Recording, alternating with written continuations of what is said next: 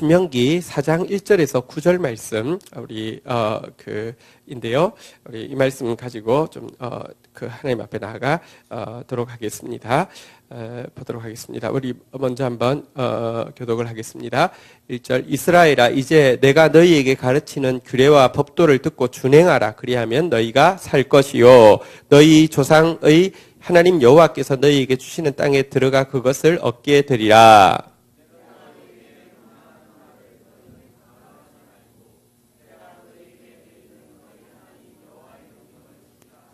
여호와께서 바알브올의 일로 말미암아 행하신 바를 너희가 눈으로 보았거니와 바알브올을 따르는 모든 사람을 너희의 하나님 여호와께서 너희 가운데서 멸망시키셨으되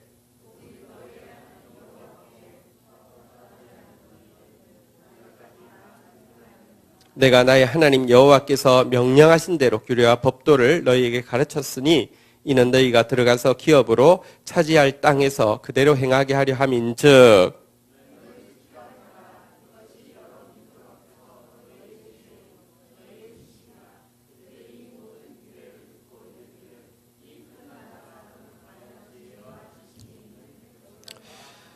우리 하나님 여호와께서 우리가 그에게 기도할 때마다 우리에게 가까이 하심과 같이 그 신이 가까이 함을 얻은 큰 나라가 어디 있느냐?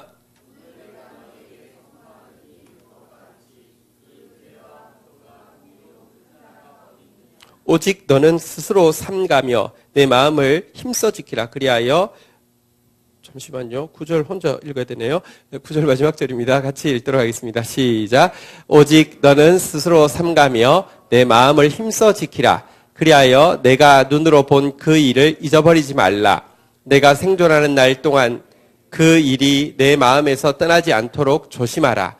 너는 그 일을 내 아들들과 내 손자에게 알게 하라. 아멘. 네. 신명기는 모세가 이제 이스라엘 백성 특별히 이 설교를 할 때 모압 평지에서 설교할 때 여호수아와 갈렙을 제외하고는 1세대가 아무도 남지 않았습니다. 이제 이스라엘 출애굽 2세대들에게 3번에 걸쳐서 설교한 내용을 기록하고 있습니다.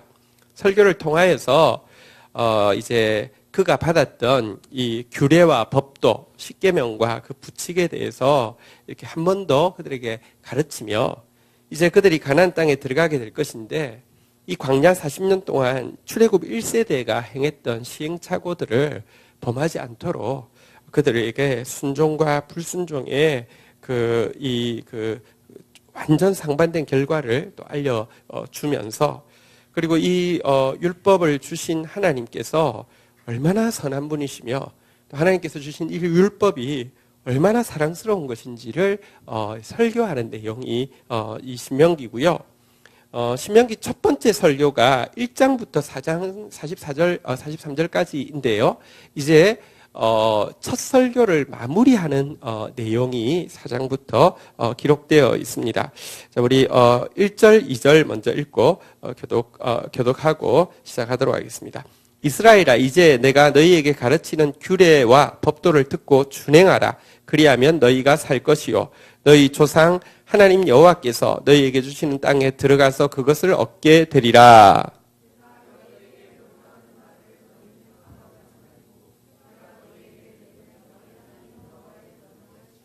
네, 1절에 보니까요 규례와 법도를요 한번 따라 하겠습니다.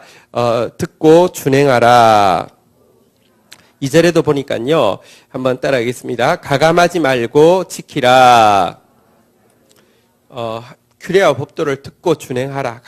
가감하지 말고 지키라. 이렇게 이야기하면서요 1절에 보니까요 한번 따라 하겠습니다. 너희가 살 것이요 너희에게 주시는 땅에 들어가서 얻게 되리라. 이 말씀에 대한 순종은 사느냐 죽느냐 이 생명의 문제이고 뿐만 아니라 우리에게는 약속이 있는데요. 그 약속을 취하느냐 못 취하느냐의 문제라고 이야기하면서 이 규례와 법도 듣고 순종하라. 또 이 규례와 법도 지키되 가감없이 지키라. 이렇게 지금 이야기를 하고 있습니다. 지금 이제 모세의 첫 번째 설교를 마무리하고 있는데요. 앞부분에 있는 내용은 뭐냐고 하면 시작이 여러분 이제 시작이 어떻게 시작하냐고 하면 이 호렙산에서 율법을 받고 나서 출발하라. 이제 가나안 땅을 정복하기 위해서 출발하라는 명령으로 시작되어지고 있습니다. 신명기는. 출발했는데요. 사실 가데스 바네아까지는 금방 오는 것이니까. 그런데 출발해서 가데스 바네아 와서 그들이 불신앙하고 불순종함으로 말미암아 38년이나 헛되게 방황했다라는 내용이 있고요. 38년 만에 다시 가데스 바네아에 왔을 때에 이제는 가나안 땅을 정복하라고 할 때 순종해서 올라가게 되었는데 문제는 하나님은 올라가라 해놓고는요. 에돔을 만나니까 평화하라. 평화하려고 하면 그냥 조금 막 분쟁하면은 직진하면 가나안이 코앞인데요. 그래서 우회해야 됐고요. 모압을 만나니까 또 평화하라 그래가지고 또 우회해야 했고요. 암몬을 만났을 때 또 평화를 해서 또 우회해야 했습니다. 불순종하니까 38년을 방황했고요. 순종하니까 우회하게 되었습니다. 둘 다 방황도 막 뺑글 도는 거고요. 가까운 길을 막 계속 도는 것이고요. 우회도요. 어떻게 생각하면 38년 만에 이제 직진을 하면 가나안인데 이제 믿음도 생겼고요. 순종할 마음도 생겼는데 여러분들 근데 하나님이 평화하라고 해가지고요. 그것도 한 번도 아니고 두 번도 아니고 세 번이나 3-4번을 평화하려고 하니까 또 우회하고 또 우회하고 우회하고 목표가 바로 코앞인데 돌아가는 거 굉장히 쉽지 않습니다.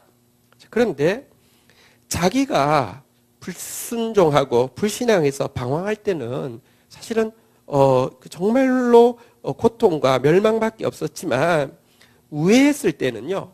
사실 이 3번의 우회를 통해서 진짜 평화의 원리가 자기에게 심겨지고 자신들이 지금 가나안 땅 들어가는 것은 정복자로 들어가는 것이 아니라 죄에 대한 심판자이지만 진짜 이제 평화, 참된 평화를 이렇게 만들어낼 사람으로 들어가는 그래서 3번째 정도 우회하라고 할 때는 불평도 없었습니다. 내면적으로는 평화가 깃들어지게 하고 근데 우회했더니요. 외면적으로는 요단 동편 워낙에는 기업으로 주실 땅이 아니었는데요. 아모리 7족속 요단 서편에 살고 있는 아모리 7족속 중에서 한 족속인 아모리 족속이 제일 큰데요. 아모리 족속이 세력이 커져가지고요. 또 이 모압이 되게 못됐어요. 모압이 사실은 뭐랄까요? 이스라엘 백성들에게 이렇게 길을 내달라고 했는데 협조도 안 해줬지만 못된 모압이요. 이 여부수 족속이 헤스본 왕 시온에게 땅을 많이 빼앗겼었어요. 그리고 위에는 이제 바산 옥이라는 또 여기도 아모리 사람인데요. 우회하고 내면적으로는 평화가 훈련되어지는 시간을 가졌지만 외면적으로는요. 워낙은 요단 서편 땅이 기업인데요. 어차피 아모리 족속을 심판하라고 했으니까 그 모압 족속 땅 오래전에 이제 빼앗겼기 때문에 사실 모압 땅이라고 주장할 수도 없어요. 근데 이 땅하고 바산 옥에 땅 이거 두 개를 보너스로 주는 그런 내용까지가 이 바로 앞에 기록되어 있었습니다. 보십시오.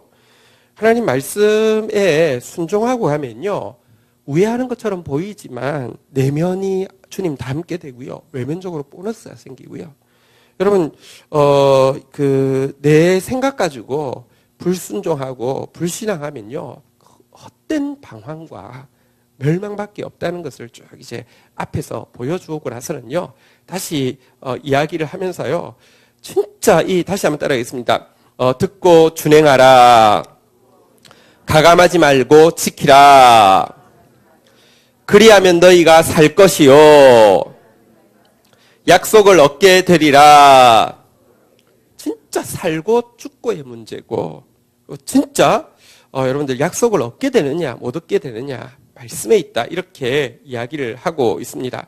그러면서 3절 한번 보시면요. 3절 4절 한번 보도록 하겠습니다. 교독을 하겠습니다. 여호와께서 바알 부올의 일로 말미암아 행하신 바를 너희가 눈으로 보았거니와 바알 부올을 따른 모든 사람을 너희의 하나님 여호와께서 너희 가운데서 멸망시키셨으되 4절 읽겠습니다. 시작.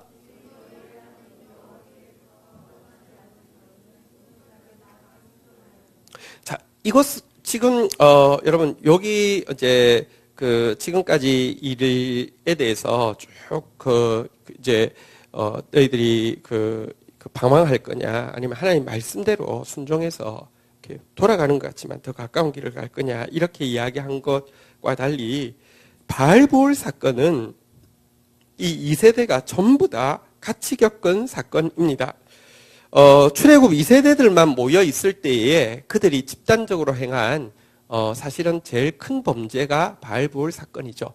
모압 평지에서 왜 모압 평지라고 이야기하냐고 하면 지금 이제 빼앗은 헤스본 왕 그 시온의 땅이요. 사실 옛날에는 이제 모압 땅이었고요. 그러니까 이제 사실은 그래서 큰 이름으로 모압 평지라고 부르는데요. 이제 건너가기만 가면 가나안 땅입니다. 마지막 여기에 있을 때예요. 여러분 그들이 이 모압 왕이요. 이 발람을 불러가지고 아무리 저주하려고 해도 하나님께서 축복하기로 결정한 자를 저주할 자가 없었습니다. 발람이 아무리 용을 써도 하나님께서 다 막으셨습니다. 마지막에는 이렇게 자기가 영을 받으면 자꾸 막 자기 원치 않게 자기는 저주해야 돈을 받는데 자꾸 축복을 하니까 영을 안 받고요. 딱 보고 그냥 준비한 멘트대로 이렇게 다 하려고 했는데 딱 봤을 때 그냥 성령이 임해버려가지고 그냥 끝까지 이제 도리어 먼 미래에 모압이 완전히 멸망당할 일과 그들 가운데 오실 메시아에 대해서까지 예언하는 그런 일이 있었죠. 그런데 그래도요, 여러분 보십시오. 하나님이 3번이나 임하면 뭐합니까?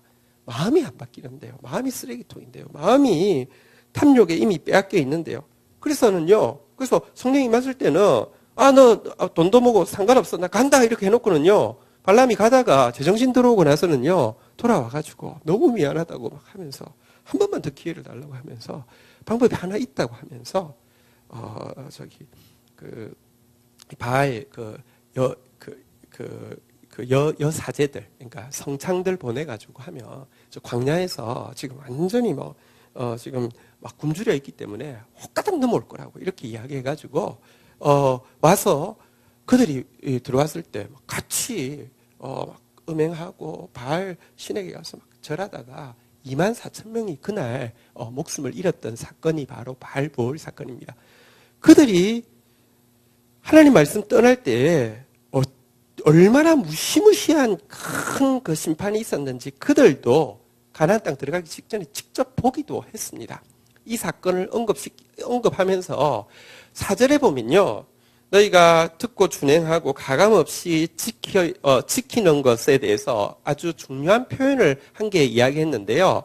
한번 따라하겠습니다. 부터 떠나지 않은 너희는 그러니까 이 하나님의 말씀을 듣고 준행하고 가감없이 지키려고 하면 여기 붙고 떠나지 않아야 된다라고 이야기하는데요. 여기 붙어 떠나지 않는다는 단어가 원어로 어원이 다바크라는 단어인데요. 이게 무슨 말이냐고 하면 접착제 이런 이제 뜻입니다. 우리 표현으로 하면 그게 옛날에는 접착력이 강력 본드가 없을 때는 좀 있어서 그런 말이 생긴 것 같긴 한데요. 우리 껌딱지라는 말 있잖아요, 그죠? 껌딱지. 근데 생각해보면 옛날에는 껌이 붙는 일이 많은데 요즘 껌 붙는 일이 잘 없더라고요. 옛날에 앉았다가 일어나서 청바지에 붙어가지고 나중에 까맣게 되고 잘 안 떨어지고 이런 거 있었잖아요, 그죠? 껌딱지. 이 붙어 떠나지 않는다는 표현이 이제 우리 그냥 옛날 표현을 하면 껌딱지가 된다 이런 것입니다. 너희 말씀에 껌딱지가 되라. 그래야지 산다. 살 뿐만 아니라 약속을 받게 된다. 한번 따라하겠습니다. 나는 말씀에 껌딱지가 되겠습니다. 여기 붙어 떠나지 않는다. 제가 사실은 신명기를 읽을 때 조금 이제 아쉬운 점은 뭐냐고 하면 신명기 뒤에 이제 사실 지금 제1설교에는요. 정작 이 규례와 법도의 핵심에 해당하는 십계명과 부칙에 대해서는 설명하고 있지 않습니다. 두 번째 설교 때 이제 다 나오고요. 첫 번째 설교는 아까처럼 불순종하고 불신앙하며 의미 없는 방황을 하게 되고 순종하면 참 힘들 거야. 왜냐하면 네 생각대로 가는 게 아니라 우회해야 되니까. 그런데 한번 그렇게 가봐. 그게 진짜 축복이 돼. 이 이야기하고 나서는 그 다음에 지금 이제 이 4장에 보면요. 그 십계명과 그 부칙을 설명하는 게 아니라 근데 내가 지금 이제 규례와 법도를 설명할 텐데, 하나님은 눈에 볼 수 있는 분이 아니야. 그러니까 너희들 절대 하나님을 우상으로 만들지 마. 하나님을 우상으로 만드는 순간 무슨 일이 생기냐고 하면요. 자꾸 눈에 보일 수 있는 우상으로 만드는 순간 하나님을 우리는요, 규정짓게 됩니다. 그때부터는요, 하나님을, 제한된 하나님으로 생각하고요, 말씀을 옵션으로 생각하게 됩니다. 여러분, 왜 우상을 만들지 말라고 하느냐고 하면, 그래야지만, 이 말씀에 나온 하나님의 모습을 가감없이 이렇게 하나님으로 알아가게 되고 섬기게 되는데요. 내가 우상을 만드는 순간 사실은요, 자기가 원하는 바를 거기에 투영하고요, 자기 마음대로 하나님을 섬기게 되거든요. 그래서 지금 제1설교의 뒷부분은 우상 만들지 말라는 것으로 이제 끝이 나고 있습니다. 그러나 어쨌든 이 설교에 보면요, 실은 여기 다바크라는 단어부터 떠나지 말라는 단어가 되게 한 4번 중요하게 나오고 있는데, 옛날 성경에는 친근히 하다라고 번역을 해서 있었는데, 지금은 전부 다 의지하라라는 단어로 바꾸어 놔서 거의 느낌을 알 수가 없습니다. 근데 사실은 이 다바크, 껌딱지 대라는 말은 지금 신명기 전체에서 굉장히 중요한 말입니다. 여러분들, 저와 여러분들, 말씀에 껌딱지 되기를 주의 이름으로 축원드립니다. 제가 이 신명기의 그 4구절이나 친근히 하라고 과거에는 이제 번역했던 중요한 표현들이 다 그냥 의지하라고 돼 있어서, 의지하라는 단어는 딴 성경에는 다른 구절로 원어로 다른 건데 그냥 너무, 그러니까 그렇게 번역해서 좀 아쉽긴 한데요. 여호수아에 보면요, 여호수아서 22장 5절 한번 볼까요? 여기에는 그냥 그 번역을 살려뒀네요. 여기 보니까요, 오직 여호와의 종 모세가 너희에게 명령한 명령과 율법을 반드시 행하여 너희의 하나님 여호와를 사랑하고 그의 모든 길로 행하여 그의 계명을 지켜 그에게 어떻게 하고요? 원어는 다바크, 그에게 껌딱지가 되며 이렇게 돼 있는 것입니다. 여호수아는 이 바로 그 선임자의 그 모세가 신명기에서 4번이나 너희 껌딱지대, 껌딱지대, 껌딱지대, 껌딱지대 이렇게 이야기했던 그 부분을요, 이렇게 이제 그대로 이렇게 전수하고 있습니다. 하나님 친근히 하는, 하나님께 딱 붙어서 떨어지지 않는 저와 여러분들 꼭 되시기를 주의 이름으로 축원드립니다. 반드시 살게 될 것이고요, 반드시 약속을 이루게 될 것입니다. 제가 제일 좋아하는 성경 인물 중에 한 사람인 룻이요. 진짜 껌딱지였잖아요. 우리 잘 아는 대로 룻기 1장 14절에 보면 다바크라는 표현이 또 나오고 있는데 이렇게 번역하고 있지 않습니까? 한번 여기 보니까요. 한번 따라하겠습니다. 룻은 그를 붙쫓았더라. 무슨 소리 합니까? 룻이요, 사실은 시어머니 나오미가 룻을 위해서 했다. 이것만 해도 너무 큰 사랑이다. 나 희망이 없다. 돌아가라 할 때 오르바는요, 어머니 하면서 울었지만 돌아갔습니다. 그런데 룻은요, 뭐라고 합니까? 어머니 지금 농담하십니까? 어머니 하나님이 내 하나님이고 어머니 죽는 곳이 내 죽는 곳이고 그런 소리 하지 마십시오 하고 붙쫓았다. 이게 껌딱지라는 단어, 같은 단어입니다. 룻. 그런데 그는요, 진짜 살았을 뿐만 아니라 그는 약속의 조상, 이 바로 예수 그리스도가 태어나는 통로가 되는 축복을 받지 않았습니까? 여러분, 룻과 같이 붙쫓는 저와 여러분 되시기를 주의 이름으로 축원드립니다. 여기, 시간 관계상 다 찾지는 않겠지만, 히스기야 왕에 대해서 또 다윗에 대해서도요, 히스기야가 그렇게 하나님 앞에서 귀하게 쓰일 수 있었던 이유에 대해서 그가 껌딱지처럼 하나님께 붙었기 때문이다 라고 이야기하고요. 다윗도 내가 주의 증거에 껌딱지처럼 밀접하여 싸우니 주여 나를 수치를 당치 않게 하옵소서 부탁하고 나아갈 때 결국 그는 영광스러운 왕으로서 그의 인생에 우여곡절은 많이 있었습니다. 그러나 절대로 그 우여곡절이 그를 수치 가운데 끝나도록 만들지 않았습니다. 정말 영광스럽게 만들어 주었습니다. 우리의 고백이 신약 성경에 보면 베드로의 고백처럼요. 한번 따라하겠습니다. 영생의 말씀이 주께 있사오니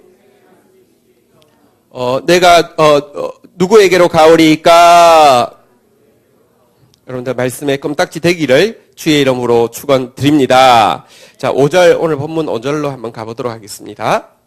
모세가 이어서 또 이렇게 이제 설명을 하고 있는데요. 자, 우리 5절, 우리 6절 교독을 하겠습니다. 내가 나의 하나님 여호와께서 명령하신 대로 규례와 법도를 너희에게 가르쳤나니 이는 너희가 들어가서 기업으로 차지할 땅에서 그대로 행하게 하려 함인즉. 6절 읽겠습니다. 시작.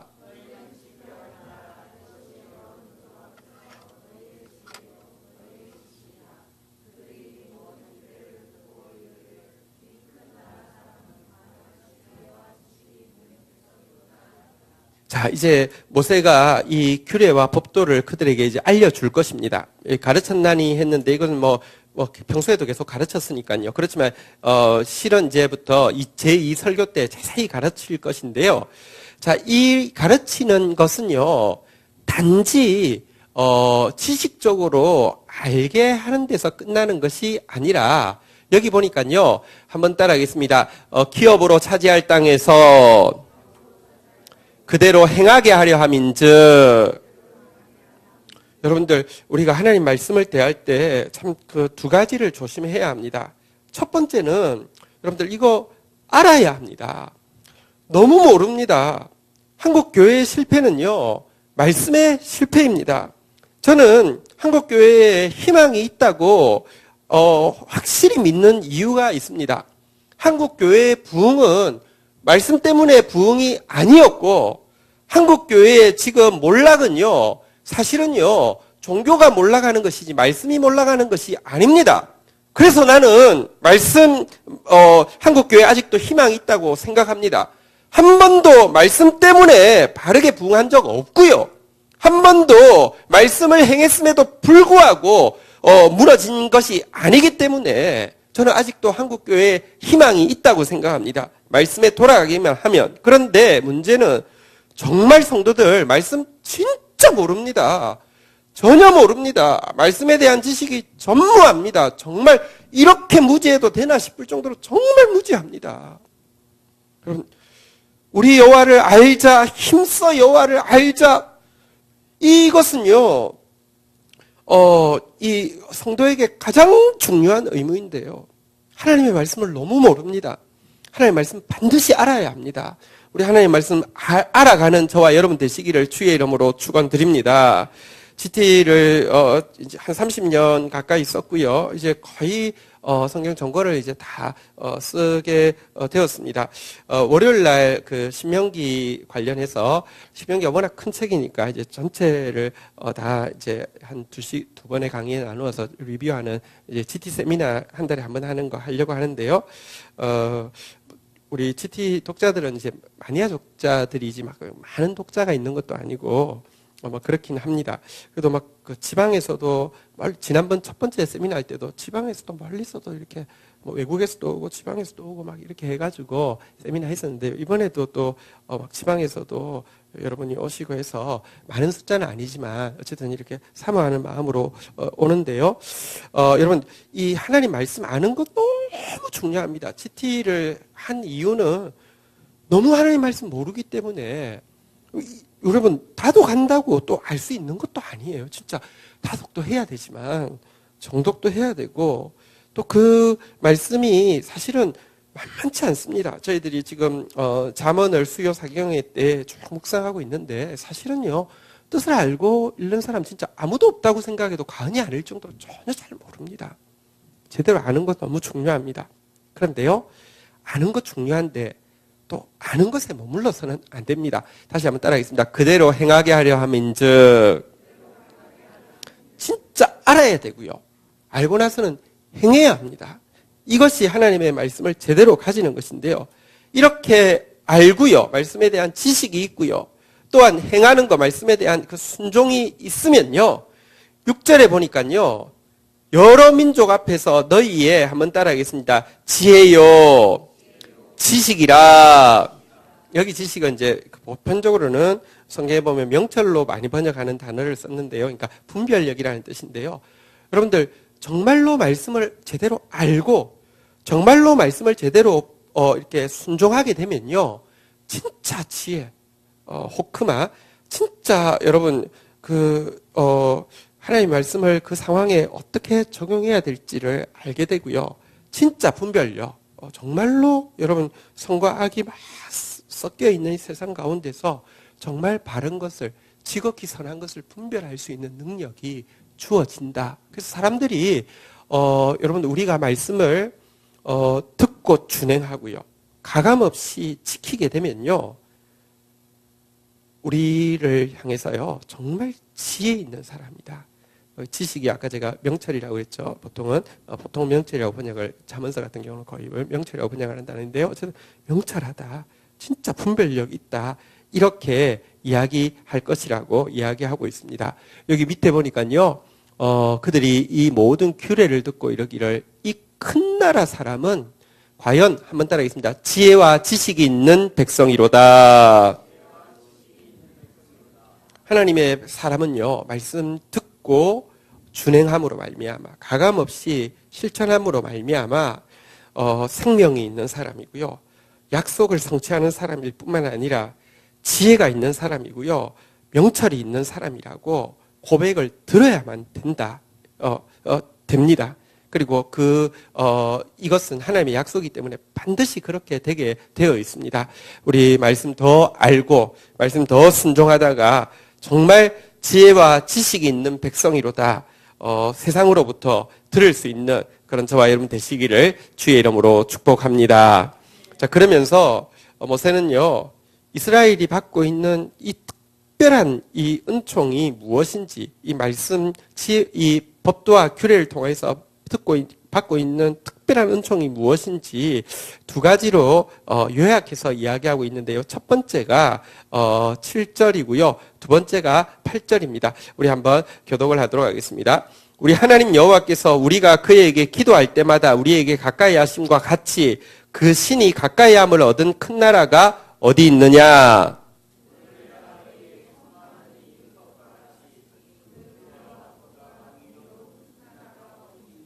네. 여러분들, 우리에게 하나님 말씀 주어지고 나면요, 우리는 큰 나라가 되어진다라고 이야기하고 있습니다. 하나님께서 이스라엘 백성들에게 내가 너희를 큰 나라 만들게라고 이야기하면서요, 주신 것이 전 세계에서 가장 넓은 러시아나 아니면 이미 그때에 이 땅은 이미 좀 좁으니까 저 아메리카로 건너가서 미국 땅을, 캐나다까지 다 이렇게 이야기하지 않았습니다. 진짜 사실은요, 조그마한 땅을 주셨습니다. 하나님이 아시는 큰 것은요, 외적인 큼이 아닙니다. 그런데 여러분, 왜 큰 나라라고 했냐고 하면요, 사실은 여러분 외적으로 커서 큰 게 아니라 그들에게 있는 이 하나님의 말씀이 크기 때문에 큰 나라이고요. 그리고 이스라엘에게 주신 땅은요, 사실은 진짜 사통팔달로 모든 그 나라로 사실은 이 영향력이 흘러갈 수 있는 제일 요지에 하나님께서 자리를 두게 하셨습니다. 제라 다이몬드라는 사람의 총균세라는 책이 엄청 많이 이제 사람들이 보았어요. 거기 보면 세계 문명의 중심지가, 그 사람은 그냥 이제 세속학자인데요. 세계 문명의 중심지가 바로 바로 이 팔레스타인 땅이었다고 이야기합니다. 지금은 되게 척박해 보이는데요. 근데 이렇게 생각하시면 되겠습니다. 여러분, 싱가포르가 좁잖아요, 그죠? 근데 엄청 잘 사는 거 아시죠? 홍콩도 그렇고요.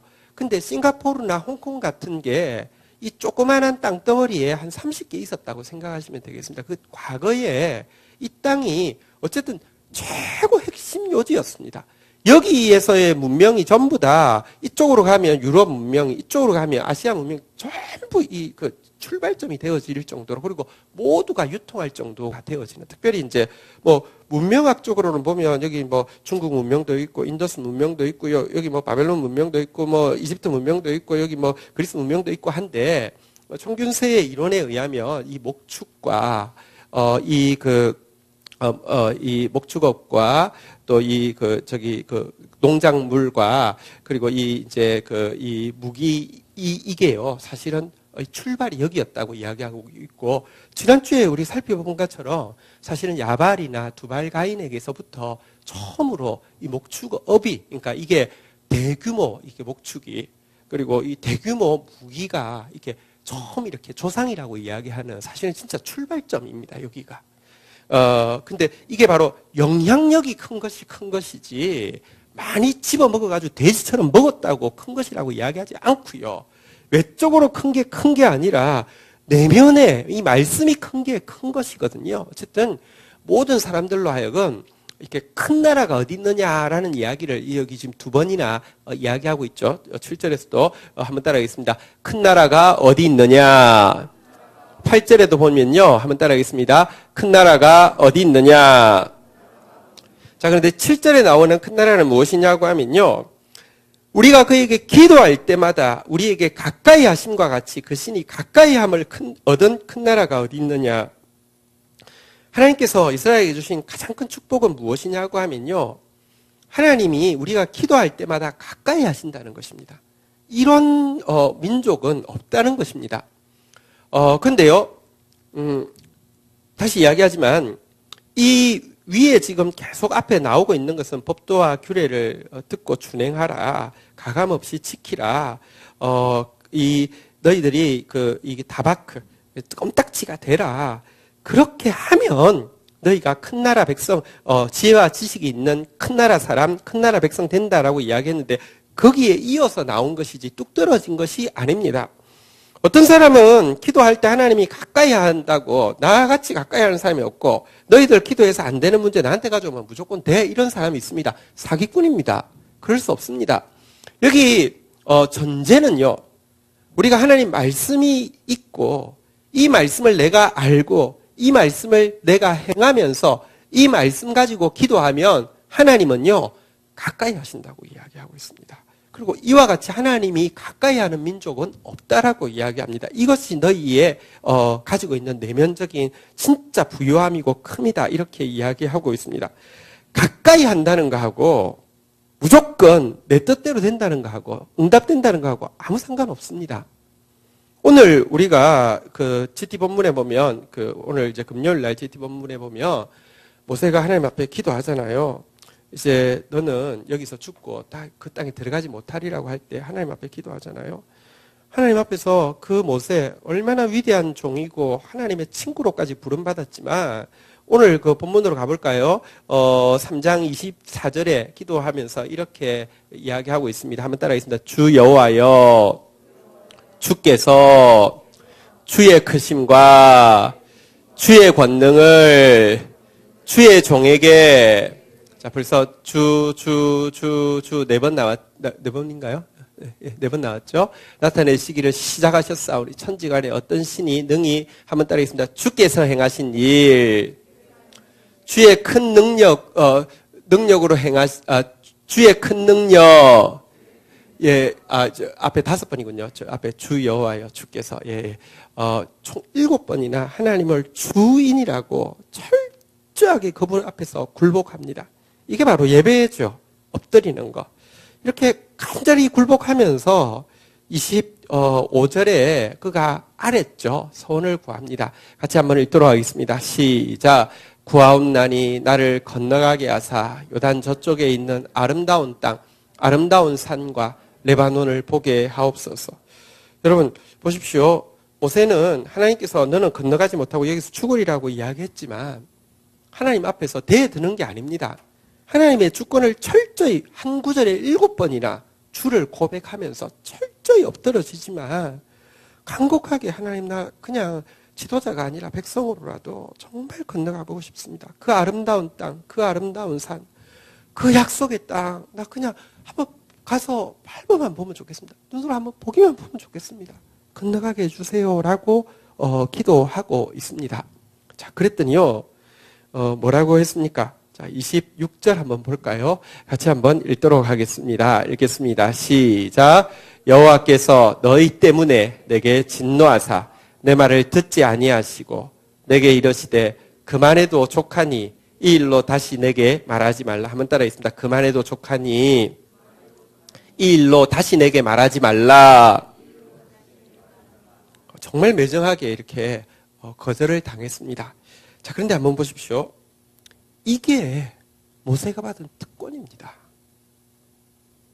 그는요, 하나님의 말씀을 가지고 있으니까, 물론 그 말씀이 너는 들어가지 못한다는 말씀이었지만, 하나님 말씀을 가지고 있으니까요, 하나님 앞에 가까이 나아갈 수 있었습니다. 그리고 그분 앞에 그의 중심을 토해낼 수 있었습니다. 토해낸다고 해서 그것이 다 무조건 내 뜻대로 된다는 게 아닙니다. 응답을 받은 것이 위대함이 아니라 무조건 하나님께 가까이 나아갈 수 있음이 위대함입니다. 위대한 기도는 응답을 많이 받는 기도가 아닙니다. 하나님과 정말 속마음을 나눌 수 있는 것입니다. 하나님은요, 야, 귀찮다. 내가 한 번 이야기했는데 까불고 있네. 꺼져! 이런 뜻이 아닙니다. 한번 따라하겠습니다. 그만해도 족하니. 여러분, 하나님은, 사람은요, 아무리 위대해도 하나님만큼 다 볼 수가 없습니다. 다 알 수가 없습니다. 지금이 모세에게 최고 족한 때입니다. 최고 피크입니다. 그의 상급의 극치는 여기지, 가나안 땅 들어가면 까먹을 일만 생겼습니다. 여러분, 그를 위해서도 여기서 끝나는 게 좋고요. 백성을 위해서도 여기서 끝나는 게 좋습니다. 그들에게 이제 1세가 세가 다 죽은 그때에 여러분 정말 하늘 같은 이제 그 지도자가요. 너희 때문에 몇 번 나올 겁니다. 뒤에도 이제 설교에 또 나올 겁니다. 너희 죄가 때문에 못 들어간다는 거예요. 그래서 죄가 얼마나 무서운 것인지 분명한 경고, 모세까지도 못 들어가게 하는 그 경고로 그들에게 오래 각인되게 하기 위함도 있고요. 뿐만 아니라 여러분 이제 여호수아라는, 사실은 이제 음으로 보면 예수의 히브리 발음이 여호수아이기 때문에 예수님을 상징하는 여호수아라는 새로운 또 지도자가 세워지게 될 것이고요. 여러 면에서 모세의 상급을 생각해도 이게 최선이고, 백성을 생각해도 이게 최선이고, 계시의 발전으로 볼 때 이제 율법으로는 가나안 땅 초입까지는 올 수 있지만 예수만이 그 땅을 차지하게 할 수 있는 모든 것을 볼 때 이게 최선이거든요. 그래서 다시 한번 따라하겠습니다. 그만해도 족하니 괜찮아 라고 이야기하는 것입니다. 그리고 나서도요, 하나님께서는요, 27절에 보면요, 비스가 산 꼭대기에 올라가게 해서요, 동서남북을 다 보여주셨습니다. 눈도 밝게 해주실 뿐만 아니라 구름도 싹 다 걷게 하시고요, 전부 다 볼 수 있게 해주셨습니다. 여러분, 하나님과 이 말씀이 있으면요, 말씀은요 무슨 법전이어가지고 여기 있으면 아니라고 하면 아예 안 하면 되는 거고, 그 문제가요, 아니라고 하면 안 하면 되는데요, 그러면요 여러분 하나님하고 교제할 일이 하나도 없습니다. 여러분, 이 기도의 핵심은 하나님을 이렇게 이겨먹는 것도 아니고요, 어떻게든지 하나님 손에서 빼내는 게 핵심이 아니라 하나님과 속마음을 나누는 것입니다. 노 같지만 사실은요, 천국 가서 모세는 알게 되겠죠. 얼마나 엄청난 축복이었는지. 이게 진짜 위대한 기도입니다. 위대한 기도는 그래서 사실은요, 다시 이야기하지만 응답을 많이 받아내는 것이 아니라 진짜 친구처럼 무엇이든지 이야기할 수 있는 관계이고요. 또 되돌아보면 응답을 많이 받는 게 아니라 하나님 말씀에 많이 굴복하는 게 최고죠. 왜냐하면 진짜 하나님이 최고로 주시는 거거든요. 어쨌든 말씀이 있으면 모세처럼 말씀을 가진 사람 되면요, 이렇게 하나님께 가까이 함을 얻는 사람이 되어질 수 있습니다. 이런 기도의 비결을 알게 되기를 주의 이름으로 축원드립니다. 우리가 말씀이 없으면요, 괜히 뭐랄까요, 그냥 대충 선입견만 있어서 이런 기도하면 안 돼. 이게 또 기도해서 안 주실 거야. 이렇게 되고는요, 또 말씀이 있다고 하면요, 뭐 되겠지 뭐. 말씀이 있으면 기도 안 해도 되고, 말씀에 없으면요, 기도해도 안 된다고 생각하니까 기도할 일이 이래도 저래도 없습니다. 정말로 근데 말씀을 가지고 나면요, 이래도 기도하고 저래도 기도하면서 하나님을 더 알아가고 하나님과 더 친밀해지게 되는 것입니다. 어쨌든 이런 기도의 비결을 저도 이제서야 조금씩 알아갑니다. 말씀을 알면 알수록 주님 앞에 기도할 때, 다시 이야기합니다. 말씀을 한다고 해서 무슨 프리패스를 받아가지고 그냥 하면 되고 막 대박나고 그런 게 신앙생활이 아닙니다. 근데 말씀을 알면 사람이 그 친구와 대면하여 사귄 같이 여호와와 무엇이든지 나눌 수 있고요. 그리고 여호와를 통해서 언제든지 내 지각을 뛰어넘는 평강을. 왜냐하면 족하다는 게 여호와는 내게 목자시니 내가 부족함이 없다는 것이에요. 그런 은혜를 받을 수 있습니다. 그런 축복을 나누게 되기를 주의 이름으로 축원드립니다. 28절에 보면요. 그러니까 하나님 백성의 말씀 가진 하나님 백성의 최고의 축복이 하나님과 친밀할 수 있다는 것. 내가 하나님께 껌딱지 될 뿐 아니라 하나님도 나에게 껌딱지처럼 다가오셔서요. 그냥 친구처럼 이야기하고 친근히 대해 주신다는 게 첫 번째 축복이라고 하며, 두 번째 축복은요.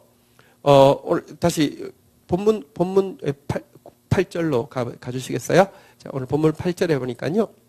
내가 너희에게 선포하는 이 율법과 같이 그 규례와 법도가 공의로운 큰 나라가 어디 있느냐. 공평하고 의로운 이 하나님 말씀처럼 공평하고 의로운 이 말씀을 가진 나라가 어디 있느냐라고 이야기를 하고 있습니다. 성경을 너무 모르니까 십계명을요 아예 뭐 하지 말라 무슨 이렇게 법전 정도로 생각합니다. 그리고 뭐 우리가 주워 들은 것은 있어서 무슨 함부라비 법전 뭐 이런 거하고 비슷한 뭐 이런 거라고 생각합니다. 그래서 뭐 이렇게 그 꼬장꼬장한 노친네가 따라다니면서 이게 막 그 야단치고 뭐 이렇게 착 잡아가지고 이런 거라고 생각합니다. 이게요 사실은요 이 그 나중에 이제 보면 알게 되겠지만 이 십계명은요 결혼 서약문이지 부동산 계약서가 아닙니다. 계약이 아니라 서약이고요. 그래서 여기 이 율법을 주면서 질투라는 단어가 나옵니다. 여러분 질투는 계약할 때 질투하지 않습니다. 계약할 때 이 계약을 어기면 질투할 거 이러지 않습니다. 질투는요 서약과 관련된 것입니다. 굉장히 진짜 하나님과 우리와의 얼마나 엄청난 밀접한 사랑인지 이 십계명이 그렇고요. 이 내용이요. 여러분 십계명에 이제 부칙이 이제 십계명이 있고 그 뒤에 부칙이 나오는데 그 부칙에 보면요. 어떻게 그 시대에 지금으로부터 3,500년 전인데 그 시대에 이런 법이 있을 수 있지. 진짜 놀랄 정도임을 진짜 상상을 못하는 그런 법임을 보게 됩니다. 역사는 여러 차원에 걸쳐서 발전해 왔고요. 지금의 민주주의라는 제도까지 오게 되었습니다. 그러나 여전히요. 여러분 지금도 문제 되게 많습니다. 인간이 만든 제도에 항상 문제가 있습니다. 그런데 이 발전의 단계를요.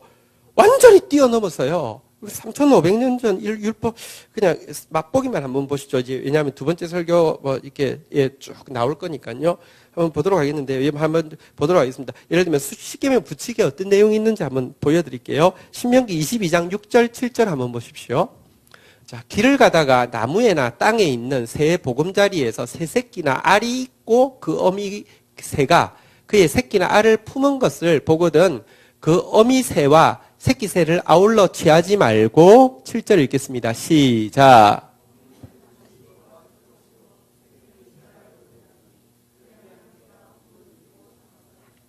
만약에 갔는데 여기 둥지가 있어요. 이거 야 가까이 가봤더니 어미가 품고 있어요. 근데 이게 왜 그러냐고 이걸 일단 잡고 뚝 들어보니까 밑에 뭐 알들이 있어요. 야 꼭 먹고 알 먹고 와 대박 이럴 것 같은데요. 하나님은 뭐라고 했냐면 그런 경우는 반드시 어미새는 놔주라. 왜 어미가 안 떠났겠습니까? 새끼 시킨다고 안 떠난 것이죠. 그러니까 모성애 때문에 안 떠나고 있은 그 어미는 잡지 말라는 겁니다. 놔주면 아이고 나 꽁고기가 먹고 있는데 이거 후라이 해가지고는 성이 안 차는데 그런데요. 한번 따라하겠습니다. 복을 누리고 장수하리라. 이게요 같은 표현인데 한번 따라하겠습니다. 잘되고 장수하리라. 잘되고 장수하리라 어디에 나오는 겁니까? 내 부모를 공경하면 잘되고 장수한다 그랬어요. 부모 공경하는 거하고 똑같은 거라고 이야기했습니다. 여러분, 그 어미새의 마음이 이해돼가지고요. 이게 진짜 이 새끼를 위해서 이래가지고 풀어주면요. 부모 공경, 그런 사람이 부모도 공경해요. 여러분, 율법이요. 이런 디테일까지 다 가르치고 있습니다. 또 한번 볼래요? 22장 25절, 26절. 이거 한번 보십시오. 요즘도요, 이게 참, 우리 사회도 이 문제가 아직도 잘 해결이 안 되고요. 특별히 이 성경을요, 율법으로만 알고 있는, 계약으로만 알고 있는 이슬람에게서는요, 절대 해결 안 되는 문제인데요. 만일 남자가 어떤 약혼한 처녀를 들에서 만나서 강간하였다고 하면 그 강간한 남자만 죽일 것이요. 26절 한번 읽겠습니다. 읽겠습니다. 시작.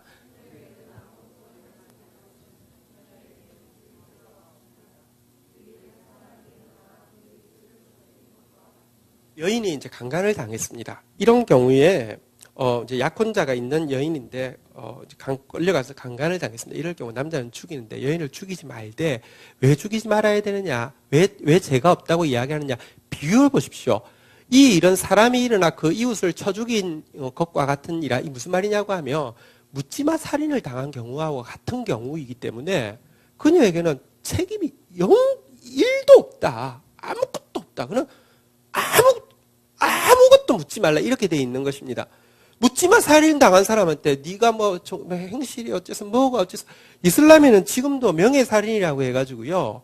내가 딸이 무슨 예를 강간을 당했어요. 그게 드러나면 가족의 명예가 해진다 그래가지고요. 그럼에도 불구하고 딸을 죽이거나 이런 경우도 많이 있습니다.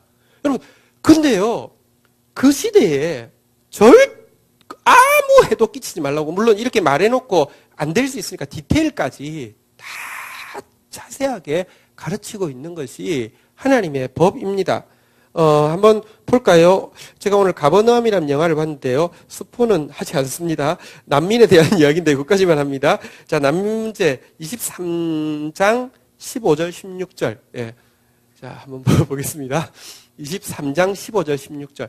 종이 그 주인을 피하여 내게로 도망하거든 너는 그의 주인에게로 돌려주지 말고. 16절 읽겠습니다. 시작.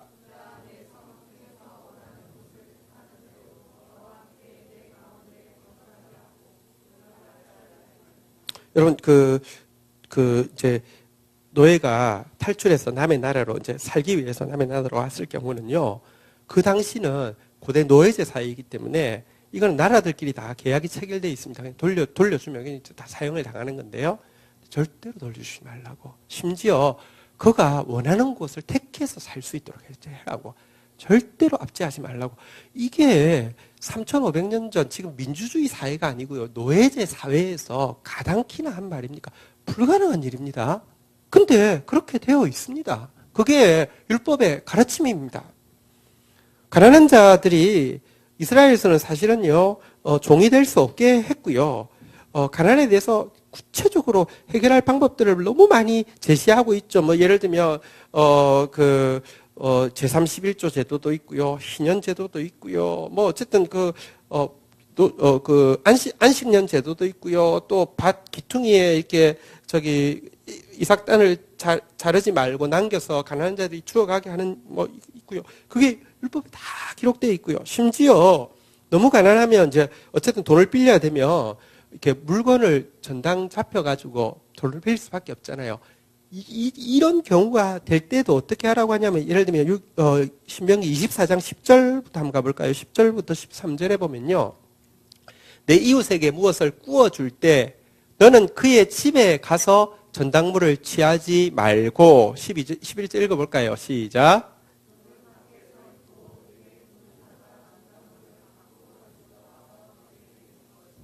자, 뭐 빌려주세요 이렇게 하는데 내가 빌려준 것보다 더 가치 있는 물건을 받아야지 이제 돌려받을 수 있잖아요, 그죠?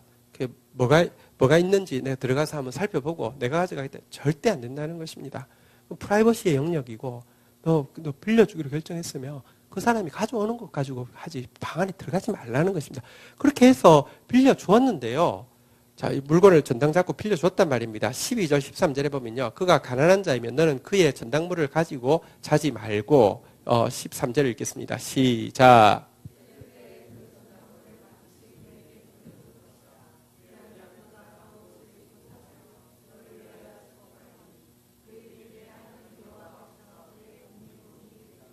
그 당시는 뭐 사실 맡길 수 있는 게 별게 없습니다. 거의 뭐 옷가지 같은 거. 옷가지는요, 내가 그 사람 들어가서 받은 것도 아니고 그 사람이 줘서 받았다 할지라도 밤 되면 무조건 돌려주라는 것입니다. 왜냐하면 그거 밤에는 이불입니다. 그거 없으면 얼어 죽습니다. 근데 그거 돌려주라는 겁니다. 그러면 아직 내가 돈도 못 받았는데 전당물 자기가 꺼내준 거 또 돌려줘야 된다고요? 아니, 그 일이 내 하나님 여호와 앞에서 너의 공의로움이 되리라. 여러분 이렇게 되어 있습니다. 예를 들어 심지어 이런 것도 있습니다. 신명기 20장 19절 한번 볼까요? 전쟁이 났습니다. 전쟁이란 서로 죽고 죽이는 거 아닙니까? 완전히 안면 몰수 아닙니까? 근데요, 여러분 이런 디테일도 있습니다. 같이 한번 읽도록 하겠습니다. 시작. 그 성읍을 쳐서 점령할 때에도 도끼를 들러 그곳에 나무를 찍어내지 말라. 이는 너희가 먹을 것이 될 것임이니 찍지 말라. 들의 수목이 사람이냐? 너희가 어찌 그것을 에워싸겠느냐? 유실수는요, 전쟁이라도 절대로 네가 먹든지 아니면 네가 예를 들면 하나님 뜻에 합당하지 않아서 여기가 태각하면 그 사람들이 먹든지 유실수는 찍지 말라는 것입니다. 20절에 보면 이제 그 유실수 아닌 경우는요, 다만 과목이 아닌 수목은 찍어서 싸울 때 무슨 성책을 만들 수도 있고 뭐 할 수 있지만 유실수는 건들지 말라는 것입니다. 여러분, 제가 장담하건대 지금도요, 헌법이라는 게 있고 뭐 이렇게 이게 디테일이 지금은 보면 국회가 법 만드는 곳인데 국회의원들 자체를 신뢰를 못 하겠어요. 다 자기 이권에 의해서 만들고요. 그걸 집행하는 사법부도 신뢰를 못 하겠어요. 다 자기 출세 위해서 제 마음대로 적용하고요. 그런데 어떤 법에도요, 이렇게 디테일로 이렇게 진짜 자기 위주가 아니라 돼 있는 게 어떻게 가능합니까? 근데 이게요, 3,500년 전에, 그리고 그것을 그냥 이론적으로, 야, 꽤 잘 만들었네. 야, 디테일이 강한데, 와, 굉장한데, 진짜 포용국가네. 이런 게 아니라 예수 그리스도께서 율법을 완성하심으로 말미암아 우리가 하나님의 말씀을 알고 하나님의 말씀을 순종하기 위해서 주의 성령을 의지할 때 그렇게 살아내게 하는 말씀이 이 말씀입니다. 그래서요, 다시 이 말씀을 우리가 가지고 있으면요, 오늘 우리가 읽어본 바대로 8절에 보는 바대로요, 모든 사람들은 고백할 수밖에 없는 것입니다. 오늘 내가 너희에게 선포하는 이 율법과 같이 그 규례와 법도가 공의로운, 한번 따라하겠습니다. 큰 나라가 어디 있느냐. 그런 말씀을 우리가 가지고 있습니다. 그리고 이것이 그냥 지식으로 알게 하기 위함이 아니라 지켜 행하게 하기 위함으로, 성령을 주신 이유는 이 말씀이 우리 안에서 사라져서 열매 맺게 해서 진짜 생명이 되고 진짜 약속 응답이 되어지고 진짜 지혜가 되고 진짜 분별력이 될 수 있도록 주신 말씀입니다. 어쨌든 우리가 다시 한번 교회가요, 민족 가운데, 열방 가운데 영향력을 끼치려고 하면요, 커지려고 하면요, 유일한 방법은 말씀으로 돌아가는 길밖에 없습니다. 이전의 방법으로 안 됩니다. 뭐 분위기로 되는 것 아닙니다. 광고해서 되는 것 아닙니다. 뭐 이렇게 아닙니다. 할 거 다 해봤습니다. 은사로 되는 것도 아니고요. 무슨 조직력으로 되는 것도 아니고요. 아닙니다. 말씀으로 됩니다. 그리고 말씀으로 되어야 합니다. 이것이 교회를 세우는, 우리가 다음 세대의 교회를 세우면서 한번 따라하겠습니다. 말씀의 빛과 성령의 불로 세대를 변화시키는 사랑 공동체. 여러분, 말씀의 빛, 성령의 불이 진짜 이 세대를, 그리고 이 복음을 이어받을 여호수아의 세대, 다음 세대를 변화시키는 사랑의 공동체, 이것이 이 교회가 세워진 이유고요. 우리가 계속 말씀 껍딱지 되려고 몸부림치는 이유인 것입니다. 우리 9절 마지막으로 읽고 마치도록 하겠습니다. 9절 읽겠습니다. 시작. 오직 너는 스스로 삼가며 내 마음을 힘써 지키라. 그리하여 내 눈으로 본 그 일을 잊어버리지 말라. 내가 생존하는 날 동안에 그 일들이 내 마음에서 떠나지 않도록 조심하라. 너는 그 일들을 내 아들들과 내 손자들에게 알게 하라. 한번 따라하겠습니다. 내 마음을 지키라. 눈으로 본 그 일을 잊어버리지 말라. 다음 세대에게 알게 하라. 마음을, 이 말씀이 들어올 공간인 이 마음을 지켜서요, 말씀 받을 수 있도록 딱 말씀 받는 그릇으로 준비되어야 합니다. 이 일을 위해서 주께서 우리에게 행하신 일을 기억해야 하고요. 또 이 일을 이 일을 여러분들 내가 기억하면요, 반드시 또 우리 다음 세대에게 전수해 해야만 합니다. 이것이 우리 교회가 세워진 이유입니다. 오늘 이 말씀 붙잡고 하나님 앞에 껌딱지 되게 해달라고, 그리고 정말로 말씀 가지고 기도함으로 말미암아 하나님과 정말 친밀한 관계, 그리고 말씀대로 삶으로 말미암아 진짜 이 의가 무엇인지 보여주는 그런 삶을 살 수 있게 해달라고 우리 주님 앞에 찬양하고 간구하며 나가도록 하겠습니다. 함께 찬양하도록 하겠습니다.